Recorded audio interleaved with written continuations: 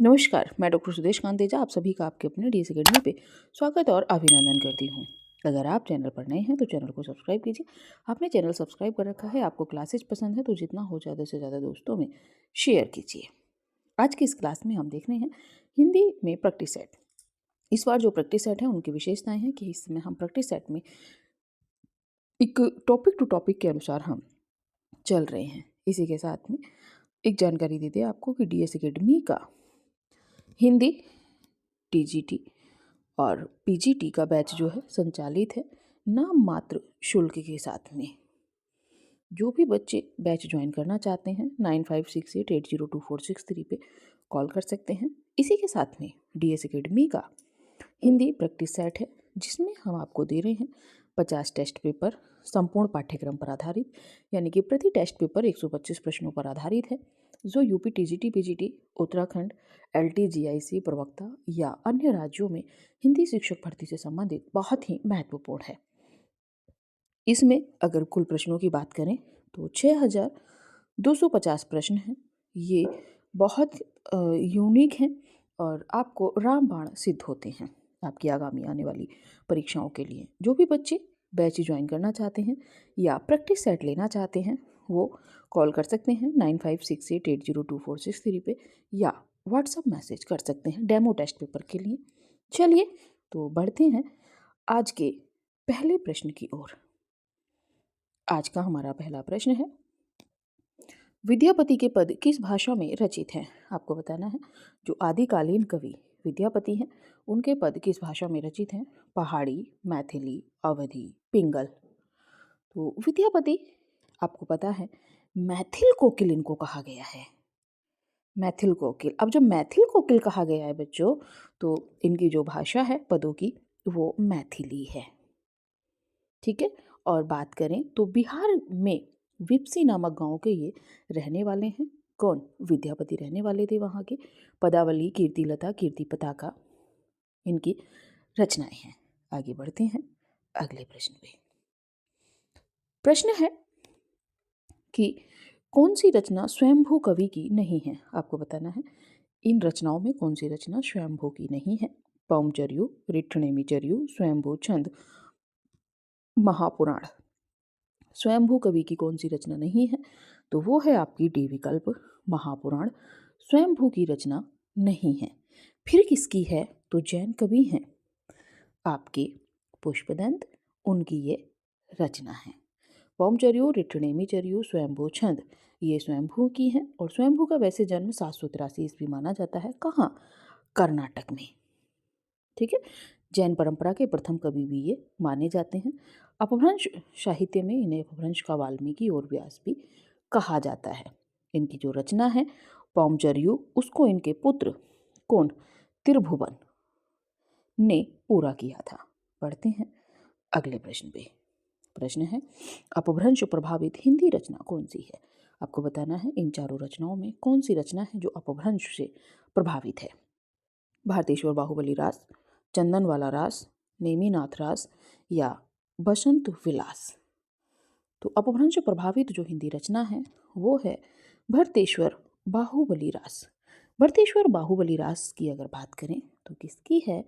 शालिभद्र सूरी की रचना है और 1184 के आसपास ये रची गई है, शालिभद्र सूरी की रचना। आगे बढ़ते हैं अगले प्रश्न पे। प्रश्न है 11वीं शताब्दी में रचित लोक भाषा काव्य है। आपको बताना है 11वीं शताब्दी में रची गई है जो रचना वो कौन सी है जो लोक भाषा काव्य है? जय मयंक जसचंद्री का उक्ति व्यक्ति प्रकरण, राउल वेली, ढोला मारूरा दोहा। तो 11वीं शताब्दी में रची गई लोक भाषा काव्य कौन सी है? तो वो है ढोला मारूरा दोहा। किस लोक भाषा काव्य है और किस में है? दोहा से ही पता चल रहा है, दोहा में रचित है और इसमें राजा नल का पुत्र ढोला और मारवाड़ी नामक राजकुमारी की प्रेम कथा का वर्णन इसमें किया गया है, ठीक है।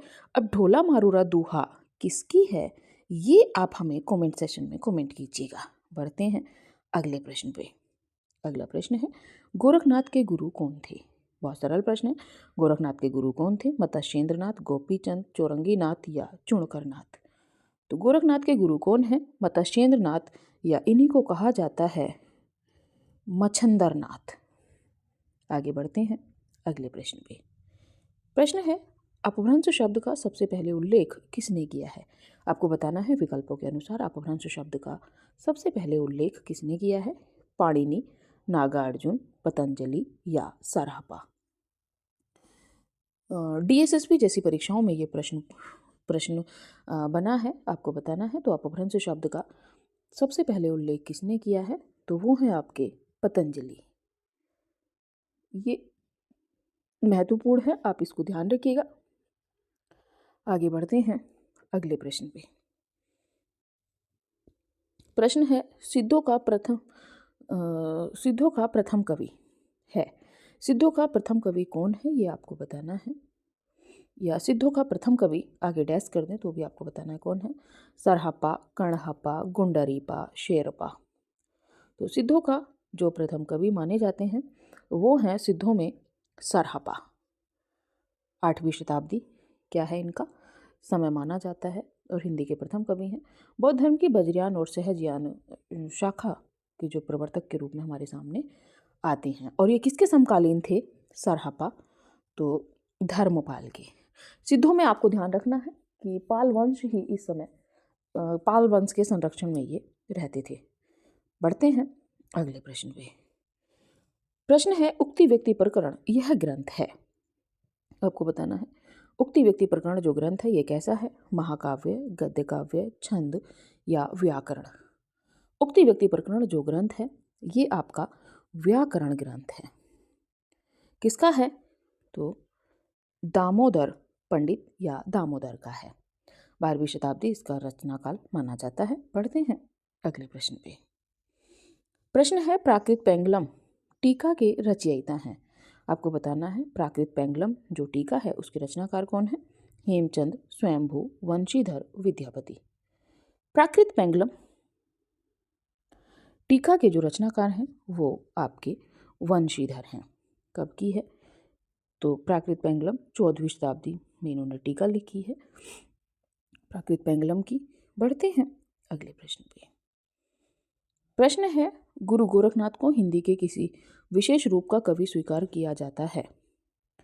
तो गुरु गोरखनाथ को हिंदी के किसी की जगह यहाँ पे किस कर लीजिए, किस विशेष रूप का कवि स्वीकार किया जाता है? निर्गुण भक्ति कवि, पुराने हिंदी के कवि, प्राकृत काल के कवि या बौद्ध तांत्रिक सिद्ध कवि? इसमें जो आपका सही विकल्प होगा वो है पुरानी हिंदी के कवि। बढ़ते हैं अगले प्रश्न पे। प्रश्न है, विद्यापति की भक्ति श्रृंगार परक पदावली अनूठी संपत्ति है। विद्यापति की भक्ति श्रृंगार परक पदावली अनूठी संपत्ति है किसकी? हिंदी साहित्य के संक्रमण काल की, हिंदी साहित्य के मध्यकाल की, हिंदी साहित्य के उत्तर मध्यकाल की, हिंदी साहित्य के आदिकाल की? तो विद्यापति की जो भक्ति श्रृंगार परक पदावली अनूठी संपत्ति है किस काल की? तो हिंदी साहित्य के आदिकाल की, यानी कि विद्यापति खुद आदिकाल के कवि हैं तो उनकी जो रचनाएं हैं वो आदिकाल की ही निधि में रहेंगी। आगे बढ़ते हैं अगले प्रश्न पे। प्रश्न है, आल्हाखंड का वास्तविक स्रोत ग्रंथ है। आपको बताना है आल्हाखंड का वास्तविक स्रोत ग्रंथ कौन सा है? खुमाण रासो, विजयपाल रासो, परमाल रासो या पृथ्वीराज रासो? तो आल्हाखंड का वास्तविक स्रोत ग्रंथ कौन सा है? तो वो है आपका परमाल रासो। परमाल रासो आल्हाखंड और इसी का दूसरा नाम है परमाल रासो है। और इसको रचने वाले कौन हैं? तो वो हैं आपके जगनिक। बढ़ते हैं अगले प्रश्न पे। प्रश्न है, महुअर बुझई कुसुम रम कब कला सुछैल सज्जन पर उर मन दुज्जन नाम मैल? पंक्ति के रचनाकार हैं। आपको बताना है ये पंक्तियां किसकी हैं? सरहपा की, कुशल लाभ की, उमापति की या विद्यापति की? ये जो पंक्तियां हैं ये आपके विद्यापति की हैं। महत्वपूर्ण पंक्ति है, यहाँ से प्रश्न बनता है। आगे बढ़ते हैं अगले प्रश्न पे। अगला प्रश्न है, आदिकाल हिंदी को एक भिन्न प्रकार की हिंदी मानते हुए उसे हिंदवी कहा है। आपको बताना है कि आदिकाल की हिंदी को एक भिन्न यानी कि अलग प्रकार की हिंदी मानते हुए उसे हिंदवी किसने कहा है? राहुल सांकृत्यायन, अमोल खुसरो, श्याम सुंदर दास या क्षितिज मोहन सेन। तो ये प्रश्न आपके डिग्री कॉलेज तक में भी बन चुका है, ध्यान रखिएगा। तो किसने कहा है हिंदवी? अमीर खुसरो ने। और अमीर खुसरो निजामुद्दीन औलिया के शिष्य थे, खड़ी बोली के आदि कवि कहे जाते हैं। खालिद बारी, पहेलियाँ, मुकरिया, दो शुकने, गजल इन्होंने लिखी हैं। बढ़ते हैं अगले प्रश्न पे। प्रश्न है, इनमें अपभ्रंश के सर्वप्रधान कवि हैं। आपको बताना है इन कवियों में अपभ्रंश का सर्वप्रधान कवि किसको माना जाता है? स्वयंभू, धनपाल, राम सिंह, कुशललाभ। तो अपभ्रंश का सर्वप्रधान कवि कौन माना जाता है इसमें? तो वो है आपके स्वयंभू। महत्वपूर्ण प्रश्न है, इनको आप मोस्ट करके ध्यान रखिएगा। आगे बढ़ते हैं अगले प्रश्न पे। प्रश्न है, उपदेश रसायन रास के रचनाकार हैं। आपको बताना है उपदेश रसायन रास के रचनाकार कौन है? जिनदत्त सूरी, धनपाल, राम सिंह, कुशललाभ। तो उपदेश रसायन रास किसकी रचना है? तो वो है आपके जिनदत्त सूरी की। कब का है उपदेश रसायन रास? 12वीं शताब्दी का, जैन परंपरा का पहला ग्रंथ, जैन परंपरा का फर्स्ट ग्रंथ ये माना जाता है और अपभ्रंश भाषा का प्रथम रास काव्य है। कितने पदों में है? कितने पदों में है? तो 80 पदों में है बच्चे। 80 पदों का नृत्य गीत रासलीला काव्य माना जाता है उपदेश रसायन रास जिनदत्त सूरी का। बढ़ते हैं अगले प्रश्न पे। प्रश्न है, नवनाथों में इनमें से कौन सम्मिलित नहीं है? नौ नाथों में कौन सम्मिलित नहीं है? गोरखनाथ, नागार्जुन, जड़ भरत, देवसेन। तो नौ नाथों में कौन नहीं है? तो वो आपके देवसेन नहीं है। गोरक्ष सिद्धांत संग्रह के अनुसार अगर आप देखेंगे तो नागार्जुन है, जड़ भरत, हरीशचंद्र, सत्यनाथ, भीमनाथ, गोरखनाथ या गोरक्षनाथ, चरपटनाथ, जलंधरनाथ, मलयार्जुन। ठीक है। आगे देवसेन की अगर बात करें तो डॉक्टर नगेंद्र ने हिंदी की पहली रचना देवसेन कृत जो श्रावकाचार है वो मानी है 933 ईस्वी की। बढ़ते हैं अगले प्रश्न पे। प्रश्न है, जम्बू स्वामी रास के रचयिता हैं। आपको बताना है जम्बू स्वामी रास के रचयिता कौन है? धर्म सूरी, हेमचंद्र सूरी, शालिभद्र सूरी, जिनदत्त सूरी। जम्बू स्वामी रास के रचनाकार जो हैं वो आपके धर्म सूरी हैं। और शालिभद्र सूरी की अगर आप बात करोगे तो पंच पांडव चरित रास है। जिनदत्त सूरी की अगर आप बात करोगे उपदेश रसायन रास इनकी रचना मानी जाती है। बढ़ते हैं अगले प्रश्न पे। प्रश्न है, बीसलदेव रासों का अंगी यहाँ पे रस कर लीजिए। अंगी रस है तो बीसलदेव रासों का अंगी रस कौन सा है? श्रृंगार, वीर, रौद्र, शांत। तो बीसलदेव रासों का अंगी रस जो है आपका श्रृंगार रस है। आगे बढ़ते हैं अगले प्रश्न पे। प्रश्न है, हिंदी में प्रचलित बारहमासा सबसे पहले किस कृति में मिलता है? हिंदी में प्रचलित जो बारहमासा का वर्णन है वो सबसे पहले किस रचना में मिलता है? नेमिचर्यु, नेमिनाथ चौपाई, पौमचर्यु, संदेश रासक। तो बारहमासा का जो वर्णन सबसे पहले मिलता है वो नेमिनाथ चौपाई में मिलता है। किसकी है? विनय चंद सूरी की रचना है, इसमें मिलता है। आगे बढ़ते हैं अगले प्रश्न में। प्रश्न है, श्रावकाचार के रचनाकार हैं। श्रावकाचार किसकी रचना है? देवसेन, वररुचि, लक्ष्मीधर, श्रीधर। श्रावकाचार के जो रचनाकार हैं वो देवसेन हैं।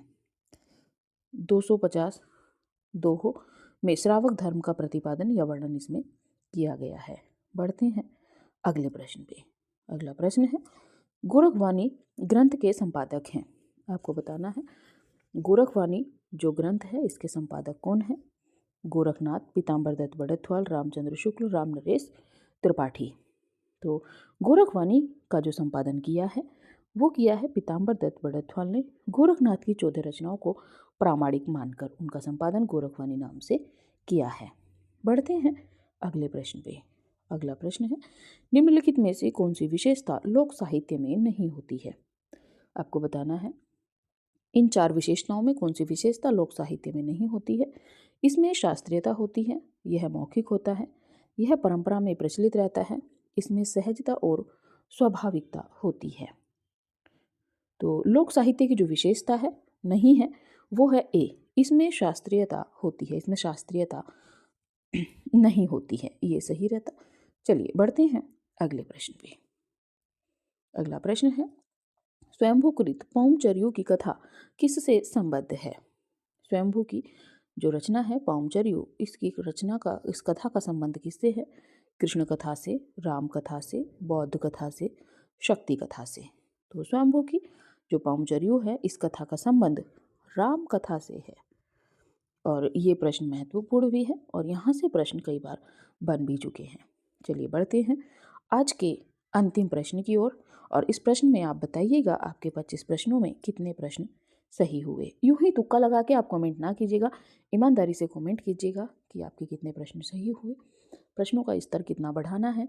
व्याख्या को भी कई बार आप ध्यान से सुनिए, क्योंकि जितना हम लिखा हुआ याद नहीं करते हैं उससे ज़्यादा हमें सुना हुआ याद रहता है।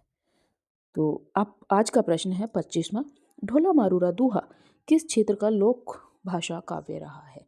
आपको बताना है ढोला मारूरा दूहा किस क्षेत्र का लोकप्रिय लोक भाषा काव्य रहा है? महाराष्ट्र, उत्तर प्रदेश, राजस्थान या गुजरात? इसमें जो आपका सही विकल्प रहेगा वो रहेगा राजस्थान। ढोला मारूरा दूहा जो है राजस्थान का लोकप्रिय लोक भाषा काव्य रहा है। कब का है? तो 11वीं शताब्दी का है और इसमें राजकुमार ढोला और मारवाड़ी की प्रेम कथा का वर्णन जो है इसमें किया गया है। तो अभी आपके 25 प्रश्नों में कितने हुए आप ये कमेंट कीजिएगा और जितना हो ज़्यादा से ज़्यादा क्लास को शेयर कीजिए, लाइक कीजिए, कमेंट कीजिए। अगर कोई सुझाव है तो वो भी आप कमेंट सेशन में कमेंट कीजिए। तो अभी की क्लास यहीं तक रखते हैं, मिलेंगे अगली क्लास में अगले नए प्रश्नों के साथ में। और अगली जो नए प्रश्न हम लेकर आएंगे वो रहेंगे भक्ति काल के। आदिकाल से इतने तक ही प्रैक्टिस हुई है। तो ठीक है, अभी की क्लास यहीं तक, अगली क्लास में भक्ति काल के प्रश्नों के साथ में मिलते हैं। आप सभी का धन्यवाद।